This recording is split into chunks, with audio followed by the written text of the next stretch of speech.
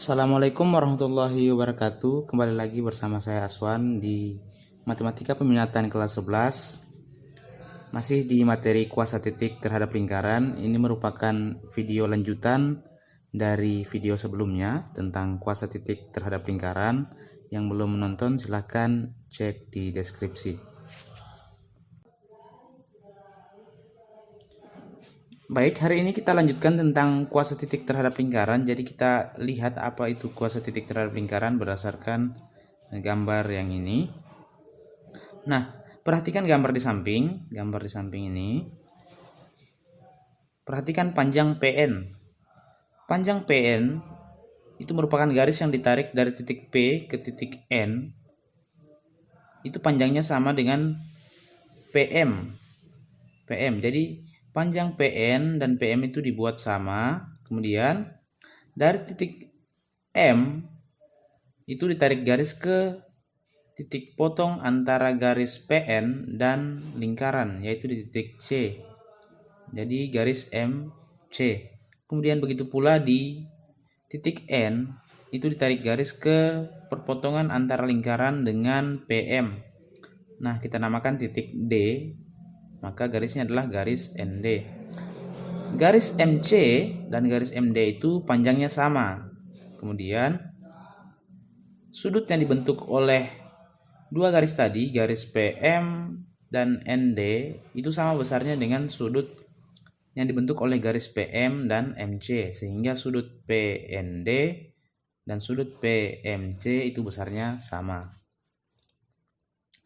Perhatikan segitiga PND, ini segitiga PND dan segitiga PMC. Nah, karena dua sisi dari segitiga tersebut yaitu PM sama dengan PN, kemudian MC sama dengan ND, dan salah satu sudutnya yang bersesuaian juga sama besar, maka berdasarkan teorema sisi sudut sisi yang telah anak-anak sekalian pelajari di kelas 9 bahwa dua segitiga itu kongruen. Karena segitiga PND ini dan PMC itu kongruen, maka perbandingan sisi-sisi yang bersesuaian itu sama. Jadi lihat sisi-sisi yang bersesuaian di sini. Perhatikan segitiga PMC dan PMD. PC dibanding dengan PD itu sama dengan PM dibanding dengan PN. Perbandingannya tetap begitu ya. Kalau kongruen, maka perbandingan sisi-sisi yang bersesuaian itu sama. Nah, PC per PD sama dengan PM dikali PN. Atau kalau kita kali silang, maka diperoleh PD dikali PM sama dengan PC dikali PN. Hasil kalian tetap itu disebut kuasa titik P terhadap lingkaran. Jadi kuasa P itu sama dengan PD kali PM sama dengan PC kali PN. Oke, selanjutnya perhatikan gambar yang ini. Ada suatu titik P di luar lingkaran, kemudian dibuat garis singgung PA. Ini tadi garis yang kita buat ya, PN. Kemudian ada titik pusat atau titik O. Perhatikan gambar di samping. Nah, dari titik O itu kita buat garis yang tegak lurus dengan PN. OT tegak lurus dengan PN. Kemudian perhatikan TN sama dengan TC itu diperoleh dari begini. Perhatikan segitiga ONC, segitiga ONC. OC adalah jari-jari, ON juga jari-jari. Artinya panjang OC dan ON itu sama gitu ya. Kemudian kalau sama artinya segitiga ini segitiga sama kaki karena dua panjang sisinya itu sama. Nah, karena segitiga sama kaki artinya OT adalah garis tinggi yang membagi NC menjadi dua bagian yang sama panjang. Sehingga TN itu sama dengan TC ya. Telah kita ketahui sebelumnya bahwa kuasa titik P itu sama dengan PC kali PN. Lihat di sebelumnya. Nah, PC, perhatikan PC, itu kita bisa ubah menjadi PT dikurang TC ya. Perhatikan PT yang panjang ini, PT dikurangi TC, itu kan sama dengan PC. Nah, berarti PC kita bisa ubah menjadi PT dikurang TC. Kemudian PN yang panjang, itu bisa kita ubah menjadi PT ditambah TN ya. Sama dengan PN. Sehingga PN sini kita ubah menjadi PT tambah TN. Nah, tadi kita sudah dapat bahwa TN itu sama dengan TC. Jadi kita ubah PT dikurang TC dikali PT tambah TC. TN diubah menjadi TC karena sama ya. Kalau kita kalikan maka diperoleh PT kuadrat dikurangi TC kuadrat. Nah, TC kuadrat, perhatikan segitiga OTC. OTC ya. TC kuadrat yang ini. Berdasarkan ini kan siku-siku di T. Karena dia garis tinggi maka siku-siku di T. Karena siku-siku artinya kita bisa gunakan teorema Pitagoras. Nah, TC kuadrat itu bisa kita ubah menjadi OC kuadrat dikurangi OT kuadrat berdasarkan teorema Pitagoras ya. Sisi miringnya dipangkatkan 2 dikurangi dengan sisi tegak dipangkatkan 2 untuk mengubah TC menjadi OC pangkat 2 dikurangi OT pangkat 2. Sehingga diperoleh PT kuadrat dikurang OC kuadrat dikurang OT kuadrat itu menjadi PT kuadrat tambah OT kuadratnya. Negatif dikali negatif jadi OT kuadrat dikurangi OC kuadrat. Nah, kemudian perhatikan segitiga ini. Segitiga PTO diambil dari sini ya. PTO. Di sini kan ketahui PT kuadrat tambah OT kuadrat. PT kuadrat tambah OT kuadrat. Nah, itu berdasarkan teorema Pitagoras itu sama dengan OP kuadrat. Ya, perhatikan lagi. PT kuadrat ini PT kuadrat ditambah OT kuadrat berdasarkan teorema Pitagoras itu sama dengan OP kuadrat atau sisi miringnya dipangkatkan 2. Nah, OP kuadrat. Kemudian dikurang OC kuadrat. Nah, telah kita ketahui sebelumnya OP kuadrat ini sama dengan X dikurangi A pangkat 2 tambah Y kurang B pangkat 2. Itu jarak 2 titik. Ini OP itu sama dengan X dikurangi A pangkat 2 tambah Y kurang B pangkat 2. Kemudian OC kan adalah jari-jari. Ini OC. Sehingga di sini bisa saya ganti menjadi R. Jadi OC kuadrat sama dengan R kuadrat. Artinya kuasa P itu sama dengan X dikurangi A pangkat 2 tambah Y kurang B pangkat 2 dikurangi R kuadrat. Nah, yang ini adalah PA kuadrat. Sudah kita ketahui sebelumnya. Dari video sebelumnya silahkan dicek bahwa PA kuadrat itu sama dengan X dikurangi A pangkat 2 tambah Y kurang B pangkat 2 dikurangi R kuadrat. Nah, jadi yang ini kita ubah menjadi PA pangkat 2 yaitu kuadrat dari jarak titik di luar lingkaran ke titik singgung. Ya, PA pangkat 2. Artinya kuasa P itu kuasa titik P sama dengan panjang garis singgung dipangkatkan 2. Maka kuasa P sama dengan PA pangkat 2 atau untuk mencari panjang garis singgung kita bisa menggunakan rumus PA sama dengan akar dari kuasa P. Kuasa P yang ini ya, X dikurangi A pangkat 2 tambah Y kurang B pangkat 2 dikurangi R kuadrat. Itu kuasa P. Selanjutnya, telah diketahui sebelumnya bahwa jika X dikurangi A pangkat 2 tambah Y kurang B pangkat 2 kurang dari R kuadrat, itu menyatakan himpunan titik-titik yang terletak di dalam lingkaran. Silakan lagi cek video sebelumnya bahwa apabila ruas kiri persamaan lingkarannya itu kurang dari ruas kanannya atau kurang dari jari-jarinya pangkat 2, maka titik itu terletak dalam lingkaran ya. Nah, persamaan yang ini apabila kita kurangkan masing-masing ruas dengan R kuadrat maka diperoleh X dikurangi A pangkat 2 tambah Y kurang B pangkat 2 dikurang R kuadrat itu kurang dari 0. Nah, yang ini tadi kita peroleh, yang ini adalah kuasa titik P. Sehingga kuasa titik P kurang dari 0 itu juga menyatakan letak titik berada di dalam lingkaran. Mengikut dari yang ini ya. Menyatakan himpunan titik-titik terletak dalam lingkaran. Oke.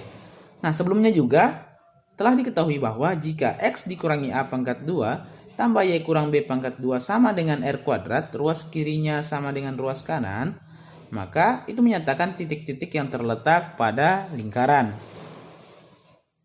Yang ini bisa kita ubah menjadi X dikurangi A pangkat 2 tambah Y kurang B pangkat 2 dikurangi R kuadrat. Yang ini adalah kuasa titik P tadi.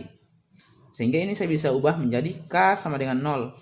Kalau kuasa titik P itu sama dengan 0, maka menyatakan letak titik berada pada lingkaran ya. Sebelumnya juga kita sudah peroleh bahwa X dikurangi A pangkat 2 tambah Y kurang B pangkat 2 kalau lebih dari R kuadrat itu menyatakan himpunan titik-titik yang terletak di luar lingkaran. Nah, yang ini bisa kita ubah menjadi X dikurangi A pangkat 2 tambah Y kurang B pangkat 2 dikurangi R kuadrat lebih dari 0. Nah, yang ini adalah kuasa titik P atau kita simbolkan dengan K. Berarti jika K lebih dari 0 atau kuasa titik P lebih dari 0, itu menyatakan titiknya berada di luar lingkaran. Jadi itu adalah hubungan kuasa titik terhadap letak suatu lingkaran. Jika kuasa titiknya kurang dari 0, maka berada dalam lingkaran. Jika kuasa titiknya sama dengan 0, maka berada pada lingkaran. Jika kuasa titiknya lebih dari 0, maka titik tersebut berada di luar lingkaran. Nah, contoh. Diketahui lingkaran L dengan jari-jari 6 cm, titik P di luar lingkaran, sehingga PL sama dengan 10 cm. Garis yang melalui titik P menyinggung lingkaran di titik Q dan R. Nah, seperti ini. Maka hitunglah panjang PQ dan PR. Dan yang kedua jarak terdekat P ke lingkaran. Oke, kita gambarkan. Tadi kan diketahui panjang PL 10 gitu ya. PQ dan PR merupakan garis singgung karena garis PQ itu menyinggung lingkaran di titik Q dan di titik R. Nah, kita tarik garis dari Q ke L. Q ke L merupakan jari-jari. Untuk mengetahui panjang PQ dan PR, kita perhatikan segitiga PQL. Nah, segitiga PQL. Dari soal diketahui bahwa PL sama dengan 10 cm. Kemudian QL itu adalah jari-jari. Jari-jari adalah 6 cm dari soal ya. Nah, karena PQ merupakan garis singgung dan QL merupakan jari-jari, saya ingatkan kembali bahwa jari-jari itu selalu tegak lurus dengan garis singgung. Sehingga segitiga ini siku-siku di Q ya. Karena siku-siku di Q artinya kita bisa gunakan teorema Pythagoras untuk mencari panjang PQ. Nah, panjang garis singgung PQ gunakan teorema Pythagoras bahwa PQ kuadrat itu sama dengan PL. Sisi miringnya pangkat 2 dikurangi dengan QL kuadrat. Sisi datarnya dipangkatkan 2. PQ kuadrat sama dengan PL. PL adalah 10 ya, dipangkatkan 2 dikurangi QL. QL jari-jarinya 6 dipangkatkan 2. Nah, PQ kuadrat sama dengan 10 pangkat 2 sama dengan 100, 6 pangkat 2 sama dengan 36. 100 dikurangi 36 sama dengan 64. Berarti PQ sama dengan akar dari 64 atau PQ sama dengan 8. Nah, berarti panjang garis singgung PQ adalah 8 cm. Kemudian yang ditanyakan lagi adalah panjang PR. Nah, PQ dan PR merupakan garis singgung yang melalui satu titik, yaitu titik P. Karena melalui satu titik, kemudian menyinggung lingkaran yang sama, maka PQ dan PR memiliki panjang yang sama. Kita sudah pelajari sebelumnya ya. Apabila dari suatu titik di luar lingkaran itu dapat ditarik 2 buah garis singgung, hanya dapat ditarik 2 buah garis singgung dan panjangnya sama, sehingga di sini PR sama dengan PQ. PQ tadi kita sudah peroleh adalah 8 sehingga PR juga sama dengan 8. Jadi panjang PR adalah 8 cm. Oke. Selanjutnya yang ditanyakan adalah jarak terdekat dari titik P ke lingkaran. Nah, jarak titik P ke lingkaran itu adalah garis lurus dari P ke lingkaran, atau jarak terdekatnya adalah titik PS di sini ya. Jarak terdekatnya. Kita tarik garis lurus ke lingkarannya yaitu garis PS. Nah, untuk mencari panjang PS, terlebih dahulu kita cari kuasa titik P.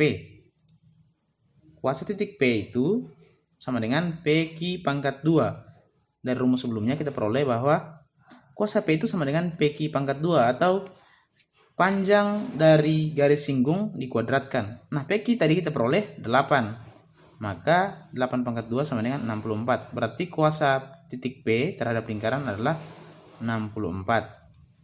Nah, untuk mencari panjang PS dapat menggunakan persamaan kuasa titik P terhadap lingkaran, yaitu kuasa P sama dengan PS dikali PM, ya. Masih ingat ya?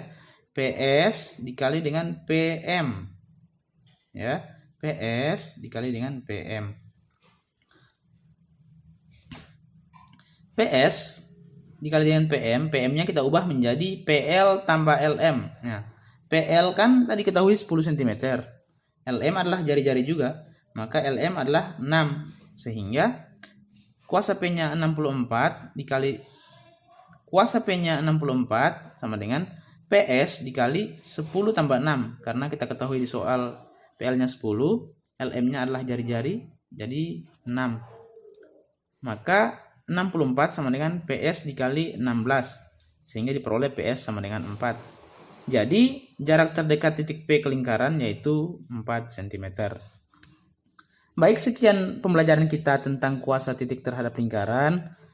Semoga dapat dipahami dengan baik sehingga bisa menyelesaikan soal-soal yang diberikan. Sekian, saya akhiri. Assalamualaikum warahmatullahi wabarakatuh.